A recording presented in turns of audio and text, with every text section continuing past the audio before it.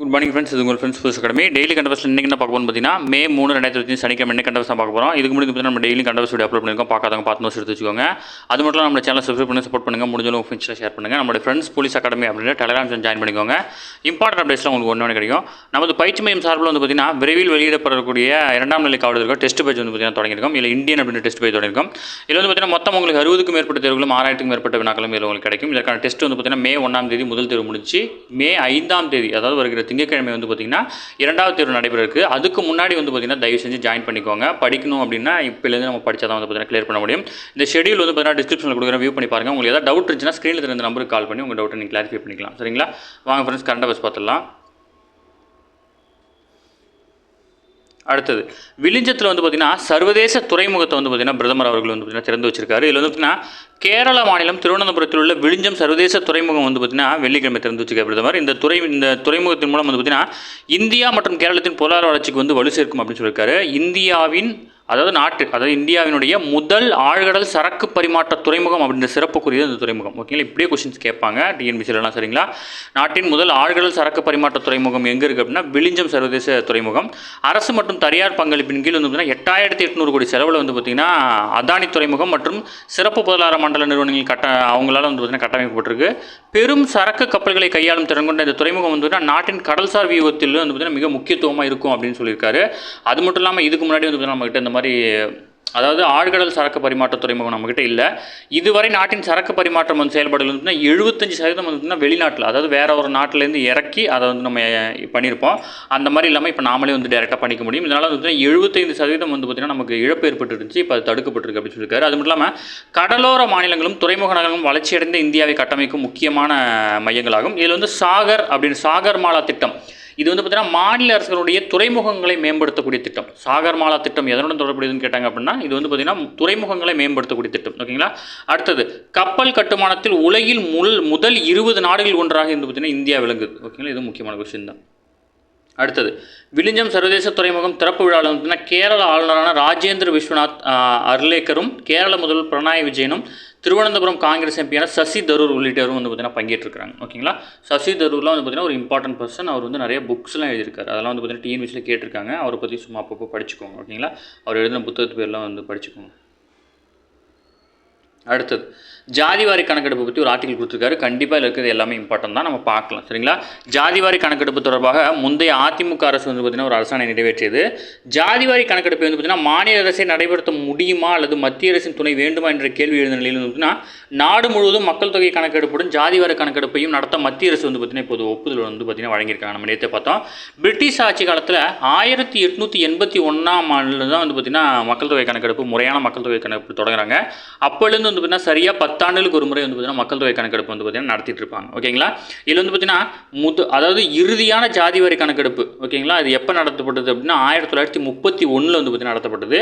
இதன் பின்னர் 1947 அரசியல் சாசனத்தின் அடிப்படையில் சுதந்திர இந்தியாவில் அதாவது குடியரசாக அறிவிச்சதுக்கப்புறம் வந்து பார்த்தீங்கன்னா குடிமக்கள் அனைவரும் சமம் அப்படின்ற அடிப்படையில் வந்து பார்த்தீங்கன்னா ஜாதிவாரி கணக்கெடுப்பை கைவிட்டுட்டாங்க.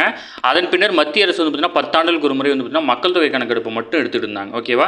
அதே மாதிரி வந்து பார்த்தீங்கன்னா 2009 முதல் 2016 வரையிலான மத்திய ஆட்சியில் இருந்த காங்கிரஸ் வந்து பார்த்தீங்கன்னா 2011ஆம் ஆண்டு வந்து பார்த்தீங்கன்னா ஜாதிவாரி கணக்கெடுப்பு வந்து நடத்தினாங்க. ஓகேங்களா? அதுக்கடுத்து வந்து பார்த்தீங்கன்னா ஜாதிவாரி கணக்கெடுப்பு அதாவது வந்து பார்த்திங்கன்னா அதாவது தற்போது நாட்டின் முழுவதும் மக்கள் தொகை கணக்கெடுப்புடன் ஜாதிவாரி கணக்கெடுப்பையும் சேர்த்து எடுத்து போகிறாங்க. ஓகேங்களா? மத்திய அரசு அதுக்கு தான் ஒப்புதல் வழங்கியிருக்காங்க. இந்தியாவில் 10 ஆண்டுகளுக்கு ஒரு முறை மக்கள் தொகை கணக்கெடுப்பு நடத்தப்பட்டு வருது. கடைசியாக வந்து பார்த்தீங்கன்னா 2011ஆம் ஆண்டு தான் மக்கள் தொகை கணக்கெடுப்பு நடத்தினாங்க. 2021 வந்து எடுக்கலை. கொரோனா காரணமாக வந்து பார்த்தீங்கன்னா பணிகள் நிறுத்தி வைக்கப்பட்டுருந்துச்சு. மத்திய அரசின் பணிகளில் வந்து பார்த்திங்கன்னா மண்டல் கமிஷனுடைய பரிந்துரையின் அடிப்படையில் தான் வந்து பார்த்திங்கன்னா இதர பிற்படுத்தப்பட்ட ஜாதியினருக்கு வந்து பார்த்திங்கன்னா 27% வந்து பார்த்திங்கன்னா இடஒதுக்கீடு 1990 விபி சிங் அவருடைய ஆட்சியில் வந்து பார்த்திங்கன்னா வழங்கப்பட்டுச்சு. இதெல்லாம் முக்கியமான விஷயம் டிஎன்பிசியை பொறுத்தவரை. ஓகேங்களா? அடுத்தது பீகாரில் வந்து பார்த்திங்கன்னா நிதிஷ்குமார் தலைமையிலான அரசு 2022ஆம் ஆண்டு ஜாதிவாரி கணக்கெடுப்பு வந்து பார்த்திங்கன்னா நடத்தினாங்க. ஓகேங்களா? அப்போ வந்து பிரச்சனையில் வந்து பார்த்திங்கன்னா பாட்னா உயர்நீதிமன்றம் வந்து பார்த்திங்கன்னா மாநில அரசே நடத்தலாம்னு சொல்லிட்டாங்க. அதனால் வந்து முதல் ஜாதிவாரி கணக்கெடுப்பு வந்து பார்த்திங்கன்னா அந்த மாநிலம் தான் நடத்திருக்குச்சு. ஓகேங்களா? அடுத்தது ஆந்திர பிரதேசத்தில் வந்து பார்த்திங்கன்னா 58,000 கோடி மதிப்பிலான திட்டங்கள் வந்து பார்த்திங்கன்னா செயல்படுத்தப்பட்டிருக்கு. இதில் வந்து பார்த்திங்கன்னா ஆந்திர பிரதேசத்தின் புதிய தலைநகராக அமராவதி உருவாவது உள்ளிட்ட 58,000 கோடி மதிப்பிலான திட்டங்களுக்கு வந்து பார்த்திங்கன்னா பிரதமர் மோடி வந்து பார்த்திங்கன்னா தொடங்கி வச்சிருக்காரு. அமராவதியில் நடைபெற்ற நிகழ்ச்சியில் தலைநகர் அமைய உள்ள உட்கட்டமைப்புகள், தேசிய நெடுஞ்சாலைகள், ரயில்வே திட்டங்கள், பாதுகாப்புத்துறை சார்ந்த உட்கட்டமைப்பு உள்ளிட்ட 94 திட்டங்களுக்கு வந்து பார்த்திங்கன்னா பிரதமர் அடிக்கல் நாட்டியிருக்காரு. ஓகேங்களா. அதுக்கப்புறம் வந்து பார்த்திங்கன்னா இதன்படி புதிய சட்டப்பேரவை, தலைமைச் செயலகம், உயர்நீதிமன்ற கட்டிடங்கள், நீதிபதிகளுக்கான குடியிருப்பு, அரசு ஊழியர்களுக்கான குடியிருப்புன்னு மொத்தம் வந்து பார்த்திங்கன்னா 49,000 கோடி மதிப்பிலான 74 திட்டங்களுக்கு வந்து பார்த்திங்கன்னா தொடங்கி வச்சிருக்காரு. ஓகேங்களா. ஆந்திர பிரதேசத்துடைய தலைநகரம் அமராவதியாக அமைய இருக்குது. அது மட்டும் ஞாபகம் வச்சுக்கோங்க. நம்ம பழைய கரண்ட் பஸ்ஸில் வேறு பார்த்துருப்போம். அதனால் கொஞ்சம் இதை மட்டும் கரெக்ஷன் பண்ணி மாற்றிக்கோங்க தயவு செஞ்சு. அடுத்து உத்தரப்பிரதேசத்தில் கங்கா விரைவு சாலையில் வந்து பார்த்தீங்கன்னா போர் விமானம் தரையிறக்கி ஒத்திகை பார்க்கப்பட்டிருக்கு. அதாவது உத்தரப்பிரதேச மாநிலம் பிரயாக்ராஜிலிருந்து மீரட்டுக்கு இடையான கங்கா விரைவு சாலையில் வந்து பார்த்தீங்கன்னா புதியதாக கட்டமைக்கப்பட்டுள்ள 3.5 கிலோமீட்டர் அவசரகால ஓடுதளத்தில் வந்து பார்த்தீங்கன்னா முதல் முறையாக போர் விமானங்களை தரையிறக்கி ஒத்திகை பார்த்துருக்கோம். ஓகேங்களா.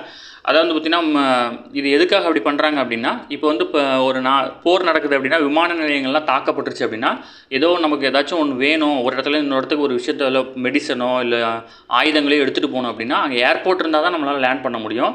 அந்த மாதிரி ஏர்போர்ட்டில் வந்து ஏதாவது இஷ்யூ ஆகிடுச்சு, ஏதாவது பாம் பிளாஸ்ட் ஆகிடுச்சு அப்படின்னா இந்த மாதிரி சாலைகளில் வந்து பார்த்திங்கன்னா நம்ம போர் விமானங்களை வந்து பார்த்திங்கன்னா இறக்கிக்க முடியும். அதுக்காக வந்து பார்த்திங்கன்னா 3.5 கிலோமீட்டர் தூரத்தை மட்டும் வந்து பார்த்திங்கன்னா அதாவது விமான ஓடுதளம் மாதிரியே வந்து பார்த்திங்கன்னா டிசைன் பண்ணியிருப்பாங்க. அது நார்மல் ரோடு தான், அந்த இடத்துல நம்மளும் லேண்ட் பண்ணிக்கலாம், ஃப்ளைட்டையும் லேண்ட் பண்ணிக்கலாம். ஓகேங்களா. இது ஞாபகம் வச்சுக்கோங்க. கங்கா விரைவு சாலையில் முதல் முறையாக தரையிறக்கி ஒத்திகை பார்த்துருக்கோம். ஓகேங்களா. அடுத்தது கடந்த சீசனுக்கான இந்திய கால்பந்து சிறந்த வீரரான சுபாஷிஷ் போஸும் சிறந்த வீராங்கனையாக சௌமியா குகுலோத்துக்கும் வந்து பார்த்திங்கன்னா அகில இந்திய கால்பந்து சம்மேளனத்துக்கான விருது அறிவிக்கப்பட்டிருக்கு. அது மட்டும் இல்லாமல் சிறந்த ஆடவர் அணி பயிற்சியாளராக விருது வந்து பார்த்திங்கன்னா ஜாம்ஷெட்பூர் எஃப்சியினுடைய பயிற்சியாளரான காலித் ஜமீல் தொடர்ந்து 2வது முறையாக வென்றிருக்காரு. சிறந்த மகளிர் அணி பயிற்சியாளராக ஸ்ரீபூமி எஃப்சி பயிற்சியாளரான சுஜாதா கார் வந்து பார்த்திங்கன்னா தேர்வு செய்யப்பட்டிருக்காங்க. ஓகேங்களா. உங்களோட பேர் மட்டும் ஞாபகம் வச்சுக்கோங்க. ஓகேங்களா. அடுத்தது 70 வயதுக்கு மேற்பட்டவர்களுக்கு வந்து பார்த்திங்கன்னா ஆண்டுதோறும் 5 லட்ச ரூபாய் மருத்துவ காப்பீடு வழங்கும் திட்டம் வந்து பார்த்திங்கன்னா ஆயுஷ்மான் பாரத் திட்டம். ஓகேங்களா. இதை ஞாபகம் வச்சுக்கோங்க. நம்ம டெய்லி பார்க்குறது ஒரு டைம் உங்களுக்கு ஞாபகப்படுத்தேன். அடுத்து அதாவது பார்த்திங்கன்னா அமெரிக்காவுடைய தேசிய பாதுகாப்பு ஆலோசகர் பொறுப்பிலிருந்து விலகும் மைக் வால்ஸ் வந்து பார்த்திங்கன்னா ஐநாவுக்கான அமெரிக்க தூதராக நியமிக்க இருக்கிறார். இவர் ரீசெண்ட் டைம்ஸ் வந்து பார்த்திங்கன்னா நம்ம பார்த்தோம் இவர் பதவி விலக போகிறான்னு சொல்லிட்டு. அவர் வந்து பார்த்திங்கன்னா ஐநாவுக்கான அமெரிக்க தூதராக வந்து பார்த்திங்கன்னா நியமிக்க இருக்கிறார். அடுத்தது உயிர்ம வேளாண்மை விவசாயிகளுக்கு 3 பேருக்கு வந்து பார்த்திங்கன்னா நம்மாழ்வார் விருது வழங்கப்பட்டிருக்கு. அதாவது ஆர்கானிக் விவசாயம் பண்ணுறவங்களுக்கு வந்து பார்த்திங்கன்னா ஆண்டுதோறும் வந்து பார்த்திங்கன்னா நம்மாழ்வார் விருது வந்து பார்த்திங்கன்னா வழங்கப்படுது. அந்த வகையில் வந்து பார்த்திங்கன்னா 2024ஆம் ஆண்டுக்கு 3 விவசாயிகளுக்கு வந்து பார்த்திங்கன்னா இந்த விருது வழங்கப்பட்டிருக்கு. கோவை மாவட்டத்தை சேர்ந்த சம்பத்குமார் இவர் வந்து பார்த்திங்கன்னா முதல் பரிசு வாங்கியிருக்காரு. ரூபாய் 2,50,000 ரொக்க பரிசு வந்து பார்த்திங்கன்னா வழங்கியிருக்காங்க. 2வது பரிசு வந்து பார்த்திங்கன்னா திருப்பூர் மாவட்டத்தை சேர்ந்த ஜெகதீஷுக்கு வந்து பார்த்திங்கன்னா 1.5 லட்சம் பரிசு தொகை வழங்கப்பட்டிருக்கு. 3வது பரிசாக நாகப்பட்டினம் மாவட்டத்தை சேர்ந்த காளிதாஸுக்கு வந்து பார்த்திங்கன்னா 1 லட்ச ரூபாய் பரிசு தொகை வந்து பார்த்திங்கன்னா வழங்கப்பட்டிருக்கு. ஓகேங்களா. நம்மாடு விருதுலாம் ரொம்ப முக்கியம். நமக்கு வந்து பிசி எக்ஸாமில் எஸ்சி எக்ஸாமில் கேட்கக்கூடிய கேள்வி. சரிங்களா. ஓகே ஃப்ரெண்ட்ஸ், இன்னைக்கு கரண்ட் அஃபேர்ஸ் அவ்வளோதான். தாண்டி எதுவுமே கேட்க வாய்ப்பில்லை. டெய்லி கரண்ட் அஃபேர்ஸ் டெய்லி பார்த்துங்க. அப்போ தான் மந்த்லி வீக்லி படிக்கும் ஈஸியாக இருக்கும். நம்ம சேனலை சப்ஸ்கிரைப் பண்ணுங்கள், சப்போர்ட் பண்ணுங்கள், முடிஞ்சவங்க ஃப்ரெண்ட்ஸில் ஷேர் பண்ணுங்கள். நம்மளுடைய ஃப்ரெண்ட்ஸ் போலீஸ் அகாடமி அப்படின்னு டெலிகிராம் சேனலில் ஜாயின் பண்ணிக்கோங்க. இம்பார்ட்டன்ட் அப்டேட்ஸ்லாம் உங்களுக்கு ஒன்று கிடைக்கும்.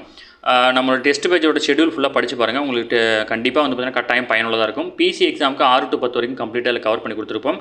விருப்பமுள்ள மாணவர்கள் தாராளமாக நினைச்சிக்கலாம். உங்களுக்கு ஷெடியூல் ஃபுல்லாக படித்து பாருங்கள். உங்களுக்கு ஏதாவது டவுட் இருந்துச்சுன்னா ஸ்க்ரீனில் இருந்த நம்பருக்கு கால் பண்ணி உங்கள் டவுட்டை நீங்கள் கிளாரிஃபை பண்ணிக்கலாம். சரிங்களா. Thank you friends.